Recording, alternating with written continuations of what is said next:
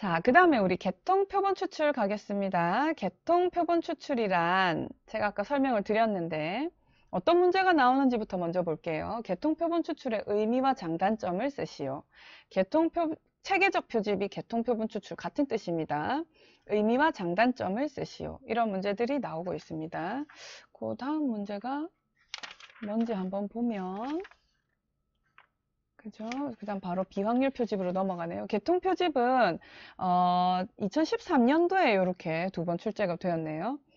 자, 그러면 개통 표집이라고 하는 것은 모 집단의 구성 요소를 일렬로 나열을 해서 그죠? 배열된 그 목록에서 첫 번째 번호만 무작위로 뽑고 그 다음부터는 일정한 표집 간격을 유지하면서 뽑는 표집 방법을 개통 표집, 체계적 표집이라고 합니다. 이렇게 하면 아주 뭐라고 해요? 이렇게 적은 노력으로도 모 집단을 잘 대변할 수 있는 표본이 뽑힙니다. 그리고 실제 선거 출구조사 때 그때 이렇게 그 투표권을 행사하고 나가는 사람들이 일정한 간격을 두고 조사를 하면 대표성을 띌 거다라고 간주를 해서 실제 조사 현장에서 직접 적용이 상당히 용이하다는 그런 장점은 있습니다. 그런데 단점으로는요, 어때요? 이거는 아니고요. 자, 단점으로는 우리 지금 만약에 어떤 그 열거를 한 그 모집단 목록이 주기성을 띈다. 주기성을 띈다. 일반적으로 아무 규칙성 없이 배열이 되어 있어야 되는데 주기성을 띄워버리면 편의 추정량이 되겠죠. 편향이 발생해서 대표성에 문제가 됩니다. 그렇죠? 그리고 이렇게 그 표본 추출 틀을 자체를 구성하는데 사실은 많은 어려움이 있습니다. 자, 이런 문제들을 우리가 공부를 해볼 수가 있습니다. 자, 이번에는 비확률 표본 추출 방법으로 넘어갑니다. 자, 이번에는 할당 표집입니다. 어떤 문제가 나오는지 한번 볼게요. 다음 조사를 위해서 성별, 연령별, 직업별, 인구 구성 비율에 따라서 각 범주별로 표본 수를 미리 배정합니다. 이게 할당입니다. 할당. 조사원은 각 범주의 구성 비율에 유의하면서 자유롭게 응답자를 선정합니다. 자, 만약 성별, 연령별, 직업별로 뭔가 특징이 다를 것이다 라고 보고 층을 나누었다. 그러면 층화 추출이 되려면 이 면접원이 자유롭게 응답자를 선정하면 안 돼요. 그러면 안 되고 무작위로 표본을 추출해야 됩니다. 요거는 임의로 했기 때문에 할당 표집이 됩니다. 할당 표집. 할당 표집, 할당 표본 추출 이렇게 쓸 수 있습니다. 이러한 추출 방법을 무엇이라고 하고 이렇게 할 경우에 무엇이 문제가 되느냐? 무슨 문제가 있을까요? 무작위로 추출한 게 아니니까 어때요? 일정하게 비율은 맞춰놨지만 조사자들이 조사하기 쉬운 사례들을 선택해서 조사하겠죠. 그러다 보면은 편향이 발생할 수 있어요. 그렇죠? 조사자로 인한 편향이 발생할 수 있는 단점이 있다, 문제점이 있다. 이렇게 쓰시면 되겠습니다. 자, 할당 표집 문제 사실 이 사회조사 분석사가 상당히 좋아하는 문제입니다. 여러분들 실제 우리가 리서치를 할 때, 서베이를 할 때요. 이렇게 할당 표집을 하는 경우들이 현실에서 너무 많거든요. 그래서 부산시의 인구를 조사하고자 한다. 그런데 연령별로, 그 다음에 구별로, 그 다음 성별로 나눠가지고 행안부 홈페이지 가서 그 전체 인구 비율을 정확하게 내려받아가지고 거기에 비례하게끔 각 범주를 할당시켜서 몇 명씩 조사를 하느냐, 총 200명 조사하려면 몇 명 조사해야 되느냐, 이렇게 미리 계산하고 자료 분석 들어가거든요. 조사 들어가기 때문에 이 실제 사용이 상당히 빈도가 높은 그런 방법입니다. 그러다 보니까 사회조사 분석사에서도 많이 출제가 되고 있어요. 여기 보면 전체 1000명입니다. 그 중에 남자가 400명이고 여자가 600명이에요. 그죠? 남자의 비율이 0.4, 여자의 비율이 0.6입니다. 그때 내가 만약에 200명을 뽑고 싶다. 그러면 어때요? 200명에 0.4 해서 80명. 그 다음에 200명에 0.6 해서 여자는 120명. 이렇게 뽑아야 되겠죠. 그쵸? 자, 그리고 난 뒤에 연령대별로 내가 40%, 그 다음 30대 40%, 40대 이상 20% 이렇게 뽑고 싶다 했어요. 그러면 어때요? 200 곱하기 0.4, 80. 200 곱하기 0.4, 80. 200 곱하기 0.2 해서 40. 이렇게 하면 되겠네요. 그러면 이 안에 들어오는 값은요. 80명에 0.4 해서 어때요? 32명. 그 다음 80명에 0.4, 32명. 80명에 0.2, 16명. 이렇게 되겠죠. 여자도 마찬가지. 120명에 0.4, 48. 120에 0.4, 48명. 120에 0.2, 24명. 이렇게 해서. 자, 아시겠죠? 똑같은 문제입니다. 할당 표지 표를 작성하라 돼 있어요. 토시 하나 안 틀리고 똑같아요. 2012년도, 17년도 나왔습니다. 또 한 3, 4, 5년 있다가 또 나왔는데 이 문제가 이번에는 어떻게 나왔느냐? 그쵸? 21년도에 나왔는데 이번에는 똑같은데 뭐만 다르냐? 200명이 아니라 400명이에요. 할 수 있겠죠? 해볼까요? 400, 남자 여자부터 할게요. 400 곱하기 0.4, 그죠? 400 곱하기 0.6, 여기는 400 곱하기 0.4, 400 곱하기 0.4, 400 곱하기 0.2. 이렇게 하면 되겠죠. 그 다음 어떻게 해요? 남자가 이렇게 하면 160명에 여자가 240명이 됩니다. 그래서 160명의 다시 연령별 할당비, 240명의 연령별 할당비를 구해가지고 곱해서 계산해주면 됩니다.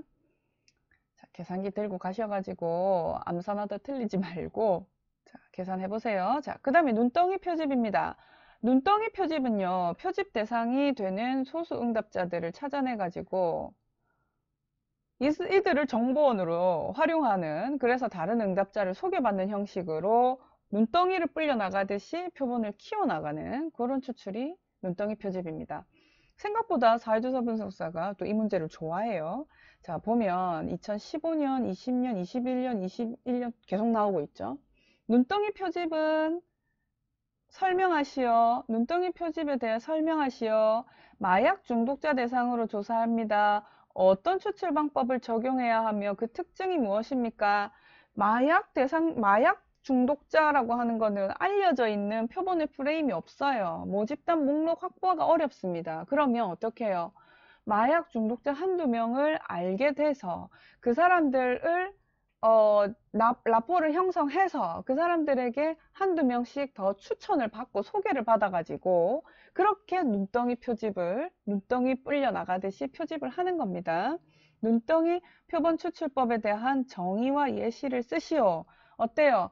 만약 내가 비행 청소년의 흡연 실태를 보고 싶다. 그런데 비행 청소년의 목록은 어디에도 없어요. 그래서 비행 청소년을 한두 명 알게 되고 그들로부터 다른 비행 청소년을 소개받는 형식으로 이렇게 진행하는 것이 눈덩이 표집입니다. 물론 대표성은 결여되어 있지만 내가 모집단을 확보할 수 없고 모집단의 목록을 확보할 수 없고 자료 조사를 하기가 어려울 때 이렇게 조사해 볼 수가 있겠습니다. 자, 이번에는 표본 오류와 비표본 오류입니다. 표본 오류는 표본 오차라고도 하고요.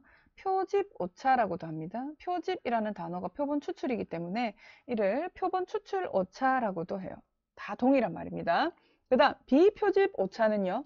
비표집 오차란 비표본 오차라고도 부르고 비표본 오류라고도 하고요. 비표본 추출 오차 오류라고도 합니다. 자, 내가 표본을 모집단, 내가 궁금한 모집단 이만큼이죠. 그죠? 그런데 나는 이만큼만 뽑아요. 왜? 돈도 시간도 없어가지고 전수조사 다 못해요. 이게 마치 뭐하고 같으냐면 화장품의 질을 알기 위해서 내가 샘플을 써보는 것과 같은 거예요. 그죠? 샘플만 써봐도, 아, 저 큰 통 안에, 정품 안에 들어가 있는 화장품은 어떤 특징을 갖는다라는 걸 알 수 있어요. 그죠? 그런데 예를 들면 내가 이런 이제 잘 대표하고 있는 어떤 특정한 표본을 뽑지 못했다. 그러면 어때요? 내가 아무리 표본을 뽑았다 하더라도 그 나머지에 대한 정보는 표본 조사로 절대 알 수 없어요. 그죠? 내가 아무리 잘 대표해서 뽑은 자료라 했지만 나는 이 표본에 들어온 개체에 대한 정보만 알 뿐이지 그 외의 자료는 모른다고요.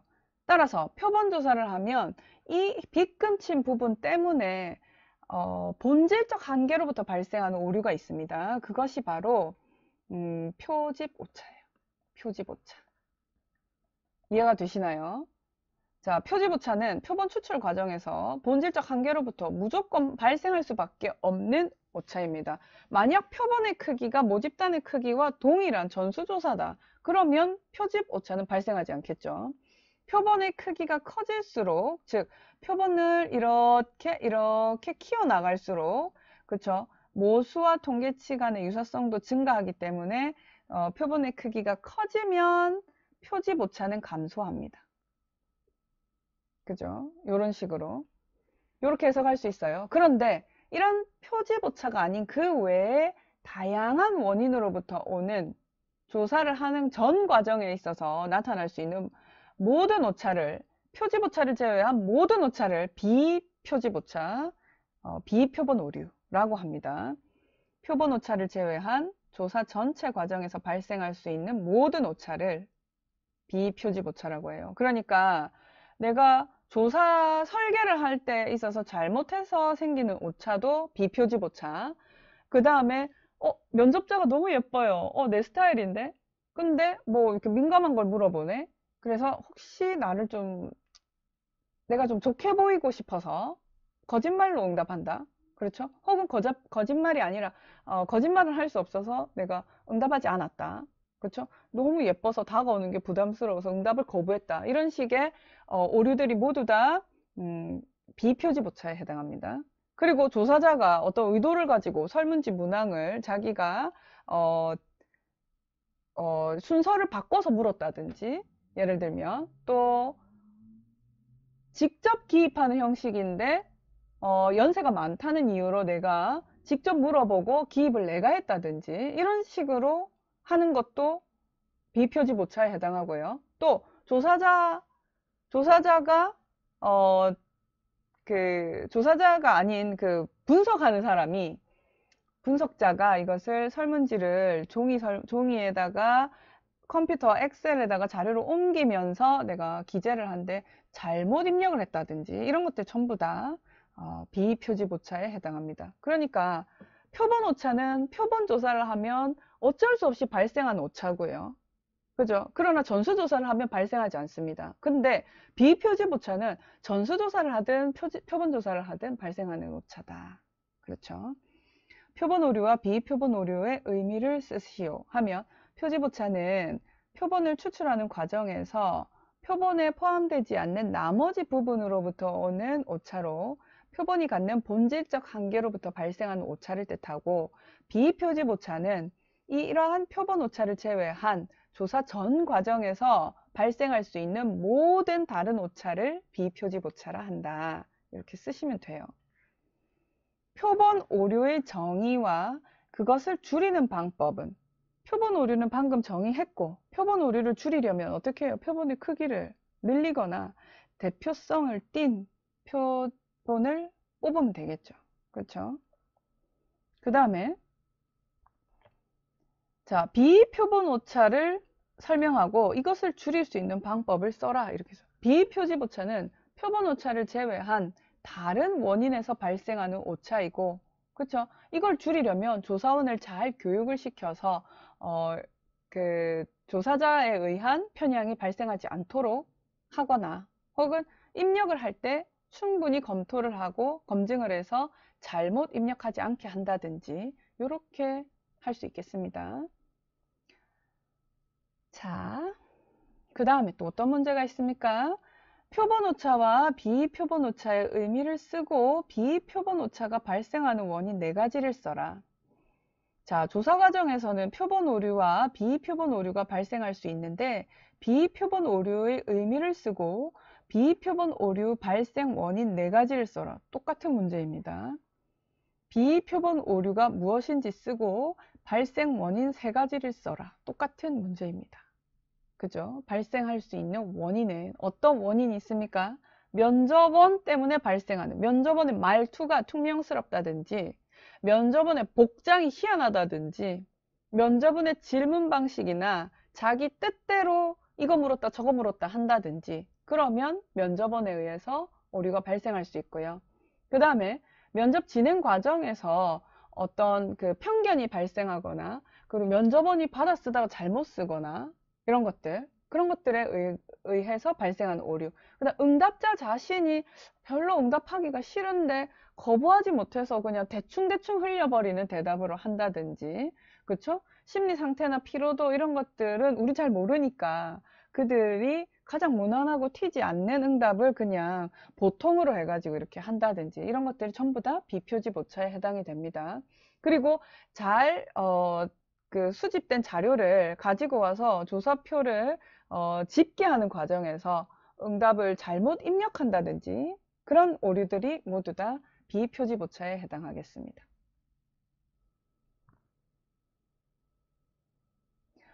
계속해서 이 표집 오차, 비표집 오차, 사회 조사 분석사다 보니까 사회 조사를 할 때, 그렇죠? 발생할 수 있는 오차에 대해서 충분히 숙지하고 있는가를 체크하고 있습니다. 그럴 수밖에 없겠죠. 면접 오류를 면접원 때문에 생기는 것과 진행 과정에서 생기는 것으로 나눠 본다면 각각 세 가지씩 한번 써보시오 이랬어요.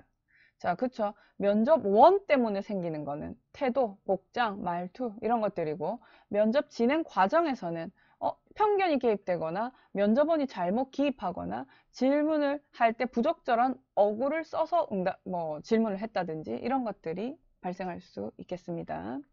자, 그 다음에 비표본 오류 가운데 불포함 오류와 무응답 오류가 있는데요. 이거는 15년도에도 출제가 되었고, 불포함 오류와 무응답 오류를 묻는 문제는 18년도에도 출제가 되었어요. 불포함 오류라고 하는 것은 표본의 추출 틀이 내가 목표하는 모집단의 목록을 모두 포함하지 않아서 생기는 오차입니다. 그쵸? 그래서 예를 들면 내가 유권자에 대한 그 조사를 해보고 싶은데 선거권을 가지고 있지만 집에 전화가 없는 사람도 있는데 전화 조사를 한다든지, 그쵸? 이런 경우 불포함 오류에 속합니다. 그다음 무응답 오류는 우리 조사 과정에서 이 개체가 응답자로 선정이 됐어요. 근데 이 응답자를 찾아가서 물었는데, 그쵸? 가구 조사를 했는데 그 가구에서 이번에는 지금 바빠서요. 내지는 집에 문 함부로 열어줄 수 없어요. 이런 식으로 무응답을 했다. 그러면 응답 거부하면 무응답 오류가 되는 거예요. 그죠? 자. 근데 이제 최근에는 이 불포함 오류가 또 어떤 식으로도 나오느냐면 표본 프레임의 오류다 이렇게 나와요. 2019년도, 21년도, 21년도 요 자료들을 보시면요. 표본 프레임이 무엇이며 표본 프레임 오류가 발생한 원인이 무엇인지 그것을 해결하려면 어떻게 해야 하는지를 써라 이렇게 돼 있어요. 자, 선거 후보자 지지율 조사합니다. 근데 전화번호부를 표본 프레임으로 작성을 해요. 그러면 전화번호부에 이름이 없는 유권자들은 표본을 선정하는 데서 아예 제외가 되거나, 혹은 한 사람인데 전화를 2개, 3개 이상 가지고 있어서 이 사람들이 들어오면 그러면 2번 추출이 되거나 이러면 모집단 프레임과 그 다음에 목표하는 모집단과 일치하지 못함으로써 발생하는 오류가 생기는데요. 이것을 우리는 표본 프레임이라고 합니다. 표본 프레임에 의한 오류라고 합니다.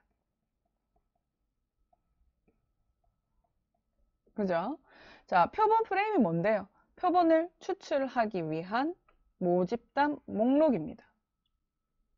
그죠? 근데 이 목록이 내가 목표하는 모집단과 실제 완벽히 일치해야 되는데 그러한 적절한 표본 프레임을 확보하는 것이 쉽지 않아요. 그죠? 자, 일치하지 않을 때 발생하는 오류가 표본 프레임에 대한 오류고요. 요거는 표본 프레임이 모집단 이만하면 표본 프레임이 요럴 수도 있고요. 모집단이 이만한데 표본의 프레임이 더 클 수도 있고요.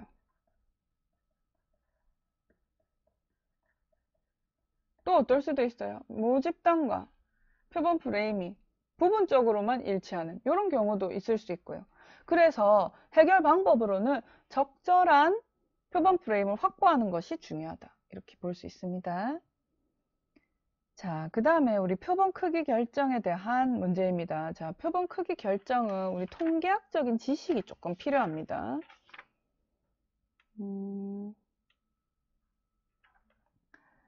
자, 표본의 크기를 결정하는 요소 한번 볼게요. 자, 우리가 기억나시나요? 정규 모집단에서 시그마 제곱 모집단의 분산을 알 때입니다. 기지라고 쓸게요. 미리 이미 안다. 고를 때 100, 잠시만요.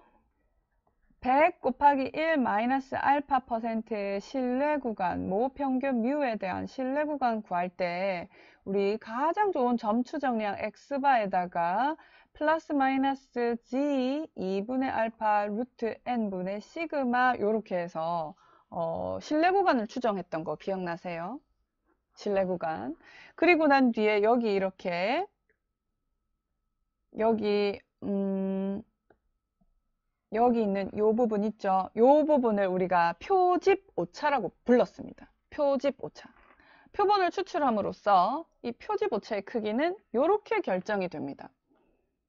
자, 보통 이 표집 오차는요, 한정없이 길어지면은 우리에게 어떤 정보도 못 줘요.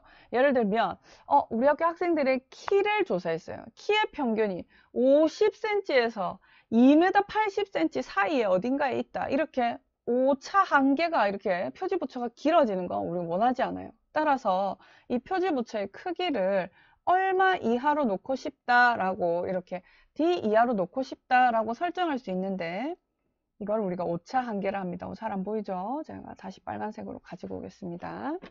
오차 한계 이렇게 봅니다. 자, 그래서 밑에 보시면 표본 크기를 결정할 때 자주 사용되는 신뢰구간 접근법이라고 되어 있는데 이게 바로 신뢰구간 접근법입니다. 신뢰구간을 얼마 이하로 놓고 싶다 이렇게 해요. 신뢰구간을 결정하는 표집 오차의 크기를 얼마 이하로 놓고 싶다라고 하고 n수를 결정하는 거예요. 자, 보세요. 자, 표집 오차를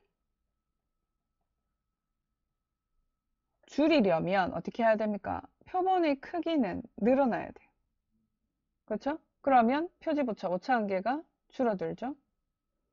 그죠? 이 뒤에가 분모의 n이 커지는 거니까, 루트 n이 커지는 거니까. 그 다음에 여기 시그마는 표준 편차죠? 모분산. 모분산이 크면 표집 오차도 늘어나요. 모분산이 작으면, 즉 아주 동질적인 그런 개체들로 이루어져 있다. 그럼 표집 오차도 당연히 작아요. 근데 아주 막 이랬다 저랬다 하는 사람들이 있다. 그러면 표집 오차도 커요. 그래서 모분산도 여기 표본에 크게 영향을 끼치고 그 다음 이거 뭐예요? 이게 신뢰도죠. 신뢰도. 자, 우리 통계학적 지식이 좀 필요한 문제라고 했습니다. 신뢰도가 주어지면 이 G값도 주어집니다. 그렇죠? 그렇죠. 그래서 이제 어떤 분포에 대한 어떤 분포를 사용하느냐, 통계 분석을 사용하느냐도 표본의 크기 결정에 영향을 줍니다. 자, 그럼 표본의 크기를 결정하는 요인으로 4가지 정도 기술하시오 하면 뭐 필요해요? 표본 크기 결정에는 신뢰도, 그리고 표준 편차, 표준 편차. 표준 편차도 좋고 묘분산도 좋고요. 집단의 이질성, 그렇죠? 동질적인 성도 이런 식으로도 다 좋습니다. 이렇게 모분산 이렇게 써도 되고요. 그 다음 어때요? 여기 허용 오차. 얼마만큼 오차 한계를 허용할 것인가. 이것도 필요하고요. 그 다음에 표본의 추출 방법. 우리가 이제 분포, 이 정규 분포를 따르고 시그마 제곱을 한다. 이때는 이렇게 무작위로 추출한 확률 표본을 가정을 하거든요. 그래서 표본의 추출 방법. 이런 것들이 표본 크기를 결정하는 요인이 됩니다. 자, 이렇게 쓰시면 되겠습니다. 지금 우리가 표본조사와 전수조사가 둘을 비교했을 때 우리가 그냥 상식적으로 생각해 보면 모집단 전체를 조사한 전수조사가 훨씬 더 정확할 것 같잖아요. 그런데 일반적으로 그렇지 않아요. 잘 대표성을 띈, 잘 추출된 표본으로부터 얻은 결과가 전수조사보다도 정확도가 높은 경우가 많습니다. 그 이유가 무엇입니까? 그 이유는 바로 일반적으로 대규모 통계 조사를 할 때는 비표본 오차가 표본 오차보다 더 심각한 문제를 일으켜요. 그러니까 거짓말로 대답하거나 응답하지 않거나 그렇죠? 잘못 기입하거나 이런 이제 오류들이 상당히 많이 개입되고 이러한 오류들 때문에 표본 오차보다도 더 큰 오차가 개입된다는 거예요. 따라서 표본 조사는 표집 오차와 비표집 오차가 동시에 발생을 해요. 전수조사는 표집 오차는 발생하지 않고 비표집 오차만 발생하지만 이 발생되는 비표집 오차가 워낙 커서 그쵸? 그래서 표본조사가 더 정확할 때가 많다 하는 것이 그 이유가 됩니다. 자, 답 한번 확인해 보시기 바랍니다. 자, 그 다음에는 설문 설계에 대한 내용입니다. 자, 우선 쭉 넘어갈게요. 문제 볼게요. 자, 과학적 연구 방법의 특징 4가지를 쓰라는 문제예요. 이게 지금 11년도에 나오고 20년도에 나오고 이래가지고 뭐 거의 뭐 한 10년마다 나오는 문제. 과학적 연구 방법의 특징 4가지. 과학적 연구란, 자, 모든 현상에는 원인이 있고 그것이 결과에 영향을 끼친다고 보는 겁니다. 그래서 인과성이 과학적 연구가 가지는 특징이 돼요. 자, 당연히 이 안에는 논리적으로 이게 설명이 이치에 맞아야겠죠? 그래서 논리성도 필요합니다. 그리고 X가 Y에 영향을 끼친다 라고 간결하게 표현이 될 수 있어야겠죠? 또 잴 수 없으면 안 돼요. 예쁜 여자 성질이 더럽다. 이런 거는 잴 수 없어요. 그래서 잴 수 있도록 나중에 또 나오겠지만 조작적으로 정의를 하셔야 됩니다. 그래서 그 경험 구체성을 띄어야 하고 그 다음에 경험적으로 검증이 가능해야 되겠죠. 그죠? 실험이나 관찰을 통해서 검증 가능해야 됩니다. 그리고 경험적으로 검증하고 나면 이거 틀렸네 이렇게 되면 기존의 연구 가설이 틀리고 새로운 주장을 받아들일 수 있어야 돼요. 따라서 수정 가능성 그리고 일반화시킬 수 있어야겠죠. 이런 것들이 과학적 연구 방법의 특징에 해당합니다. 자, 이렇게 쓰시면 되고요. 그 다음에 과학적 연구에 사용되는 좋은 가설이란 어떤 가설이나 일단 간단해야 돼요. 일단 명료해야 돼요. 일단 잴 수 있어야 돼요. 그래서 조작적 정의가 필요한 겁니다. 그 다음에 일단 검증이 가능해야 되죠. 자, 요런 이제 그 특징을 가져야 만족시켜야 좋은 가설이다라고 봅니다.